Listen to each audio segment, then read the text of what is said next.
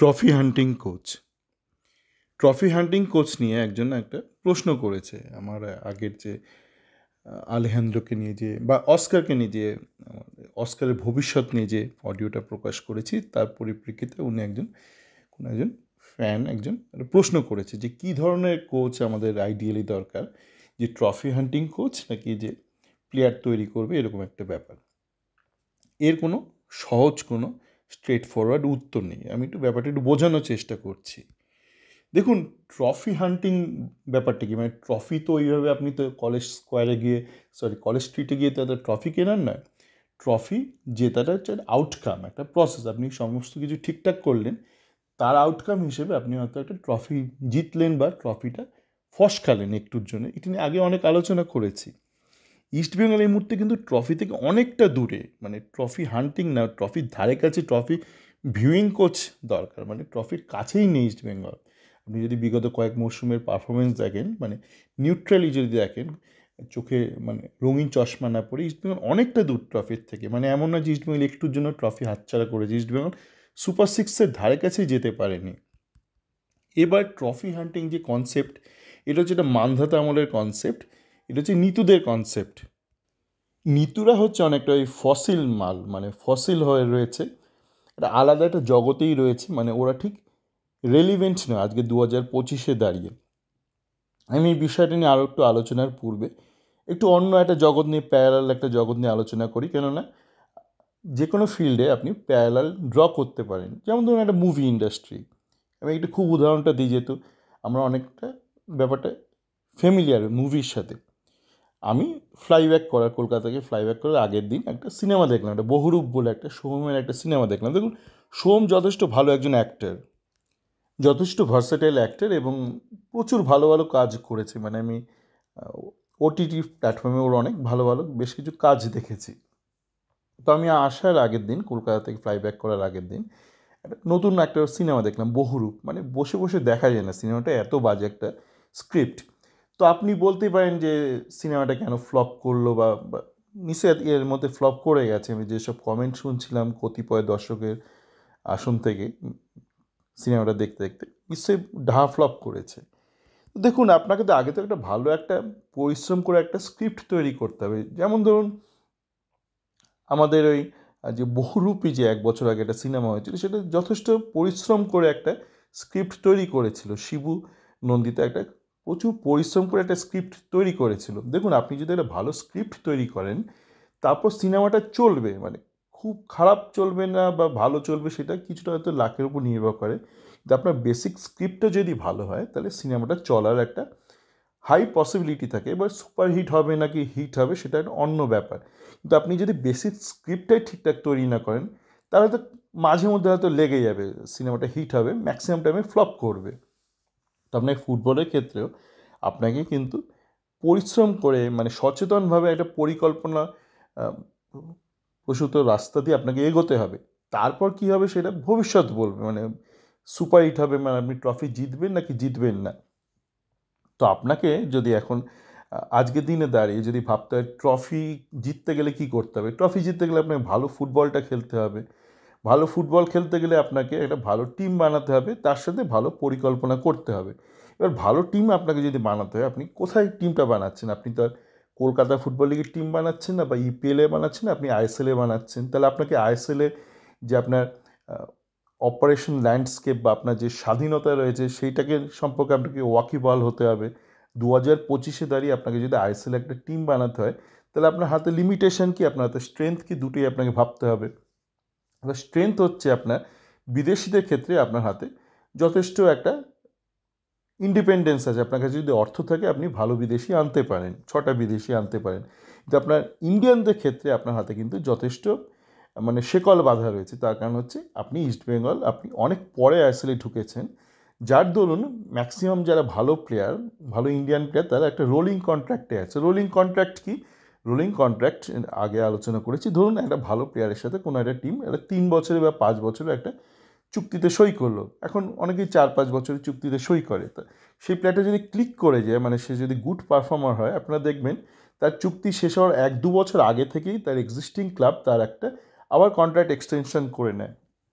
এবার যে ফিফার নিয়ম রয়েছে সেখানে নিয়ম অনুযায়ী আপনি 6 মাসের আগে আপনি কিন্তু ডাইরেক্ট প্লেয়ারটার সঙ্গে কন্ট্যাক্ট করতে পারবেন, আপনাকে ওই ট্রান্সফার ফি অফার করতে হবে। তো এখানে একটা অ্যাডভান্টেজ নিয়ে নেয় ভারতীয় ক্লাবরা, মানে ওই উইন্ডো মানে 6 মান্থ উইন্ডোটা শুরু হওয়ার অনেক আগে থেকেই সে একটা চাপ দিয়ে একটা আবার কন্ট্রাক্ট এক্সটেনশন করিয়ে নিচ্ছে। এবার দেখুন এই প্লেয়ারটার ক্ষেত্রে এটা একটা অ্যাডভান্টেজেস, যেটা আপনারা দেখতেছিলেন ঝিঙ্গানের ক্ষেত্রে একটা চোট ঠোট রয়েছে, এখন মোটামুটি একটা এসিএল হলে 1 বছর আউট, মানে আপনার সার্জারি রিকভারি রিহ্যাব একটা 1 বছরের টাইম। তো আপনি যদি একটা এক্সিস্টিং কন্ট্রাক্টে থাকেন তো আপনি অ্যাজ আ প্লেয়ার আপনিও একটা কমফোর্টেবল, ঠিক আছে আমি উইদিন কন্ট্রাক্ট পিরিয়ডে আমি পুরোটা আবার রিকভার করতে পারবো। তো এটা প্লেয়ারের দৃষ্টিভঙ্গি থেকে যদি ভাবেন, সেও ভাবে ঠিক আছে ভাবে আমি আমার একটা কন্ট্রাক্ট শেষ হওয়ার 1-2 বছর আগে একটা লং টার্ম কন্ট্রাক্টে সই করে নিই। তো এই রোলিং কন্ট্রাক্ট যে ডিফ্যাক্টো একটা রোলিং কন্ট্রাক্ট আছে, মানে ডিফ্যাক্টো বলছি তার কারণ হচ্ছে এটা কিন্তু থিওরিটিক্যাল নয়, মানে এটা অফিসিয়াল রোলিং কন্ট্রাক্ট না, এটা প্র্যাকটিক্যালি একটা রোলিং কন্ট্রাক্ট আছে।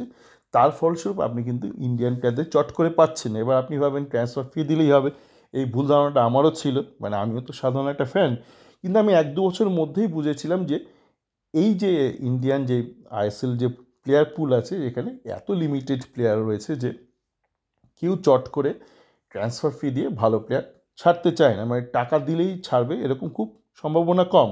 আপনারা যদি মোহনবাগান সুপার জায়ান্টের ইতিহাসটাই দেখেন, দেখবেন হয়তো বছরে ওরা একটা কি দুটো ভালো প্লেয়ার পেয়েছে ট্রান্সফার ফি দিয়ে, ওদের এত টাকা, এটা তো অস্বীকার করা যাবে না। এই মুহূর্তে হয়তো একটু টান পড়েছে, কিন্তু শুরু থেকে ওদের যে ফান্ডিং করছেন উনি প্রচুর টাকা নিয়ে বাজারে নেমেছিলেন, এবং প্রত্যেক বছর উনিও কিন্তু 1 বা 2-এর বেশি ভালো প্লেয়ার তুলতে পারেনি থ্রু ট্রান্সফার ফি। সুতরাং বুঝতেই পারছেন মানে ইস্টবেঙ্গল যতই টাকা নিয়ে আসুক দুম করে ভালো প্লেয়ারদের পাবে না, মানে ট্রান্সফার ফি দিয়ে কেউ ছাড়বে না, ওই গিল টাইপ প্লেয়ারকেই ছাড়বে, যার ত্রুটি নিয়ে একজন প্রাক্তন গোলকিপার বেশ ভালো কথাবার্তা বললেন, মানে স্পটার নিউজে সেটা আমি শেয়ার করলাম। তো সেই ক্ষেত্রে আপনাকে বাস্তবটা সম্পর্কে আপনাকে সচেতন হতে হবে। এই মুহূর্তে আপনি কোথায় দাঁড়িয়ে আছেন, আপনি বিদেশি ওই যে বললাম 6টা আপনি টাকা পেলে ভালো চোখ কান খোলা রেখে আপনি নিয়ে আসতে পারেন, যে এই ব্যাপারে অস্কার যথেষ্ট পারদর্শী, মানে ফ্লেক্সিবল মাইন্ডেড আলেহান্দ্রো টাইপ না যে একজন এজেন্ট মারফতই আনবো, সে ভালো হোক পচা হোক বাসি হোক নিয়ে আসবো, তা না, অনেকটা ওপেন মাইন্ডেড। কিন্তু ইন্ডিয়ানদের ক্ষেত্রে ওর হাতে শেকল রয়েছে, নিতে পারছি না, এবং নিলেও ওর আবার আরেকটা সমস্যা যে ও টিম গেম তৈরি করতে পারে না। তো আপনাকে যদি মানে একটা স্টেবিলিটি আনতে হয়, একটা কনসিস্টেন্সি আনতে হয় পারফরমেন্সে, তাহলে কিন্তু আপনার এই এক্সেসিভ ইন্ডিভিজুয়াল ডিপেন্ডেন্স এটা কমাতে হবে, মানে শুধু একটা দুটো কি কন্ট্রিবিউটিং প্লেয়ারের ওপর আপনার পারফরমেন্স নির্ভরশীল, এই ব্যাপারটা কমাতে হবে। এটা ইন্ডিয়ান ক্রিকেটে ছিল এক সময়, যখন সচিন তেন্ডুলকার একাই ইন্ডিয়াকে হয় জেতাতো নয় হারাতো, মানে সচিন আউট হয়ে গেলে ইন্ডিয়া হেরে যেত, তারপর সৌরভ ঢুকলো, দ্রাবিদ ঢুকলো, তারপর লক্ষ্মণ ঢুকলো, আস্তে আস্তে ইন্ডিভিজুয়াল ডিপেন্ডেন্সটা কমলো। তো আপনাকে যদি একটা লং টার্ম একটা যদি সাস্টেনেবল একটা সাফল্য দরকার, তাহলে কিন্তু আপনাকে এই এক্সেসিভ ইন্ডিভিজুয়াল ডিপেন্ডেন্সটা কমাতে হবে। সেটা যেই কোচ পারে, মানে যেই কোচ ওই ধরনের ফুটবল খেলাতে পারে। আর ডেভেলপমেন্টটা এই জন্য দরকার যে আমরা পিছিয়ে আছি, যেহেতু আমরা দেরিতে এন্ট্রি করেছি, আমরা প্যারালাল এন্ট্রি করেছি, দেরিতে এন্ট্রি করেছি, সুতরাং আমাদেরকে কিন্তু আমাদের প্লেয়ারদেরকে তৈরি করতে হবে। এবার আপনি যদি ঠিকঠাক করে প্লেয়ারগুলোকে ডেভেলপ করতে পারেন, যেমন ইস্টবেঙ্গলে ভালো ভালো একগাদা স্থানীয় প্লেয়ার আছে, শ্যামল বেসরা রয়েছে, তন্ময় দাস রয়েছে, সায়ন ব্যানার্জি রয়েছে, যথেষ্ট ভালো ভালো ভালো ফুটবল খেলছে তারা। এই ধরনের যে সঞ্জয় ওরাকে তো দুটো ম্যাচে দেখা গেল যথেষ্ট ভালো খেলছে, সুশিক্ষিত ছেলে। তো এই ধরনের প্লেয়ারদেরকে আপনি যদি গ্রুম করে আপনি ঢোকাতে পারেন সিনিয়র স্কোয়াডে এবং রেগুলার তাদের গেম টাইম দেন, শুরুতে আপনাকে গ্র্যাজুয়ালি তাদের ইন্ট্রোডিউস করতে হবে। বলছি না শুরু থেকে 90 মিনিট, এটা ভুল ধারণা। অনেকে এটা ভাবতো যে স্থানীয় প্লেয়াররা সিএফএল খেলতে খেলতে 90 মিনিটে কম্পিটেন্ট হয়ে যাবে, আসলে এটা কখনোই সম্ভব নয়। আপনি কোন রাজ্যের প্লেয়ার, কোন প্লেয়ারকে বলুন তো যে মানে সে একটা স্থানীয় লিগ খেলতে খেলতেই 90 মিনিটে কম্পিটেন্ট হয়ে গেছে আইএসএলের জন্য? সবাই গ্র্যাজুয়ালি ইন্ট্রোডিউস হয়েছে, সে বিক্রম প্রতাপ সিং থেকে শুরু করে যতজন খেলছে, শুরুতে তারা ওই 15 মিনিট 20 মিনিট খেলতে খেলতে খেলতে খেলতে তাদের সময়সীমা বেড়েছে, একটা সময় গিয়ে তারা 90 মিনিটে কনসিস্টেন্স পারফরমেন্স দিয়েছে। তো এই একই নিয়ম কিন্তু আমাদের যে স্থানীয় যোগ্য প্লেয়ার, মানে স্থানীয় সমস্ত প্লেয়ার নয়, মানে স্থানীয় হাবিজাবি সমস্ত বাঙালিকে আপনি যদি আবার তোল্লা দেন, তাহলে আপনার মূল উদ্দেশ্যটা সেখানে কিন্তু ব্যাহত হবে। আপনাকে স্থানীয় এবং যোগ্য প্লেয়ারদেরকে পুশ করতে হবে। তাহলে করে আপনার ইকোসিস্টেমটা ঠিকঠাক থাকবে, আপনার স্থানীয় একটা একটা একটা বাজও আসবে, একটা মানুষের মধ্যে একটা একটা উৎসাহ উদ্দীপনা সবই আসবে, একটা স্থানীয় ফুটবল ফ্র্যাটার্নিটিও যথেষ্ট উৎসাহিত হবে। এবং কেন মানে স্থানীয় প্লেয়াররা তো বেটার আমরা দেখতে পাচ্ছি, দেখলেন তো এডমান্ড আর সায়ন যখন খেলছে, সায়ন ছাপিয়ে যাচ্ছে, এবং একটা ম্যাচ না একাধিক ম্যাচে কলকাতা ফুটবলে একই হয়েছে। মার্তান রায়না দেখেছেন কি বাজে খেলেছে, রামসাঙ্গা কি বাজে খেলেছে, এখন এটা একটা ওপেন সিক্রেট, মানে এটা নিয়ে লোকজন খুললাম আলোচনা করছে। তো আপনাকে কিন্তু এই ব্যাপারটা মাথায় রাখতে হবে, মানে ওই কোনো শর্টকাট নেই যে আপনি ট্রফি হান্টিং কোচ আবার কি, সে এসে কী করবে, মানে সে কি পুরো ফুটবল ডাইনামিক্সটা বদলে দেবে, মানে যেই সমীকরণে এই মুহূর্তে ইস্টবেঙ্গলকে অপারেট করতে হবে সেই সমীকরণটা তো আপনি বদলাতে পারবেন না। আপনাকে তো জানতে হবে আপনি কোথায় দাঁড়িয়ে আছেন। আপনি তো অবাস্তব কিছু একটা সিনারিও ভাবতে পারেন না, যে একটা অবাস্তব সিনারিওতে কে এসে কি করে দেবে, মিঠুন চক্রবর্তী এসে কিছু করে দেবে বা সানি দেওল এসে কিছু করে দেবে, তা তো নয়। আপনাকে তো বাস্তবে রুক্ষ জমিতে দাঁড়িয়ে যে বাস্তব আপনার কাছে চ্যালেঞ্জেস আছে, যে স্ট্রেংথ আছে, যে অপশনস আছে, সেইটার ভিত্তিতে আপনাকে একটা পরিকল্পনা করতে হবে। কবে আই লিগ আমলে কী হতো, যেটা ধরুন আইডাব্লিউএলে, ইন্ডিয়ান উমেন্স লিগে কিন্তু এখনও সেই পুরনো সেট আপটা আছে, যে খুব এক বেশি লং কন্ট্রাক্ট নেই, প্লেয়াররা ফ্রি। তো এখানে একটা অ্যাডভান্টেজ পেয়ে গেছিলো কিন্তু অ্যান্থনি অ্যান্ড্রুজ, যেটা আগেকার দিনে আই লিগ সময় পেতো, যখন ধরুন জেসিটি একটা বছর হঠাৎ টাকা নিয়ে শুরু করে দিল, প্রথম বছর এনএফএলে, সেই বছর মোহনবাগান আবার কোয়ালিফাই করেনি, জেসিটি বিশাল টাকা নিয়ে এলো, ওই থাপার যে ছিল সে প্রায় গোটা দেশের সমস্ত সেরা সেরা প্লেয়ারদের তুলে নিল, যারা সেই মুহূর্তে শ্রেষ্ঠ বিদেশিরা খেলছিল ইন্ডিয়ান ফুটবল সার্কিটে। ইন্ডিয়ান ন্যাশনাল টিমে বাইচুং থেকে শুরু করে জোপাল আঞ্চেরি, আইম বিজেন, তারপর আপনার আমাদের যে উইঙ্গারটা ছেলে ছিল, প্রত্যেককে তুলে নিল। তো সেটা তখন সম্ভব ছিল, যেটা এই মুহূর্তে মেয়েদের ফুটবলে সম্ভব, পুরুষদের ফুটবলে বা আইএসএলে সেটা সম্ভব নয়। তো আপনাকে যেইটা সম্ভব সেটা ভেবে একটা পরিকল্পনা করতে হবে। আপনি অবাস্তবে এই অস্কারকে নিয়ে এসেছিল, এটা একটা অবাস্তব, এটা হচ্ছে ওই তখনকার দিনে প্রযোজ্য ছিল যখন আই লিগ ছিল, বা ইন্ডিয়ান উমেন্স লিগের জন্য যদি অস্কারকে আনতো একটা মানে ছিল। কিন্তু আজকের দিনে দাঁড়িয়ে এই যে অস্কার নিয়োগটাতেই একটা টেকনিক্যাল সমস্যা ছিল, কেননা আপনাকে এই বাস্তবটা জানতে হবে। আপনি ট্রফি করলে ট্রফি আসবে না। আপনি যখন একজন একটা গানের প্রতিযোগিতায় নাম দেবেন, অংশগ্রহণ করবেন, তো আপনি গানটাই শিখলেন না, গিয়ে যতই চিল্লামিল্লি করুন কোমর দুলিয়ে নাচুন, আপনি কি ট্রফিটা জিতবেন? মানে জিতবেন না। একসময় জিততো, প্রশান্ত তামাং বলে একটা ছেলে জিতেছিল, দার্জিলিং একটা পুলিশ, কেন তখন ওই এসএমএসের একটা কনসেপ্ট ছিল।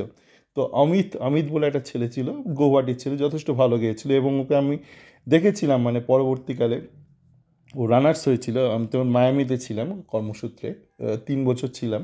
তো মায়ামিতে এসেছিলো একটা একটা দুর্গাপুজো একটা অনুষ্ঠানে গান গাওয়ার জন্য। তো সেই বছর কিন্তু ও সেকেন্ড হয়ে গেছিলো, প্রশান্ত তামাং এসএমএস চক্করে জিতে গেছিলো। তো সেই যুগটা এখন আর নেই। তো আপনাকে কিন্তু এখনকার দিনে একটু হলেও গানটা অন্তত শিখতে হবে। তারপর ভাগ্যের ব্যাপার, মানে ভাগ্য আপনাকে ফার্স্ট করবে না সেকেন্ড করবে থার্ড করবে সেটা অন্য ব্যাপার। আর জীবনের ক্ষেত্রে তো ব্যাপারটা একদমই অন্য হয়ে গেল। একটা কম্পিটিশনে কেউ ফার্স্ট হয়ে আখেরে সে কী হবে কেউ জানে না। তো এই ব্যাপারটা কিন্তু ফুটবলের ক্ষেত্রেও প্রযোজ্য, মানে ওরকম শর্টকাট বলবেন না যে এটা কী উত্তর হবে, মানে মাল্টিপল চয়েস কোশ্চেন, এ না বি, মানে ট্রফি হান্টিং না নন ট্রফি হান্টিং, এরকম কোনো কনসেপ্ট নেই।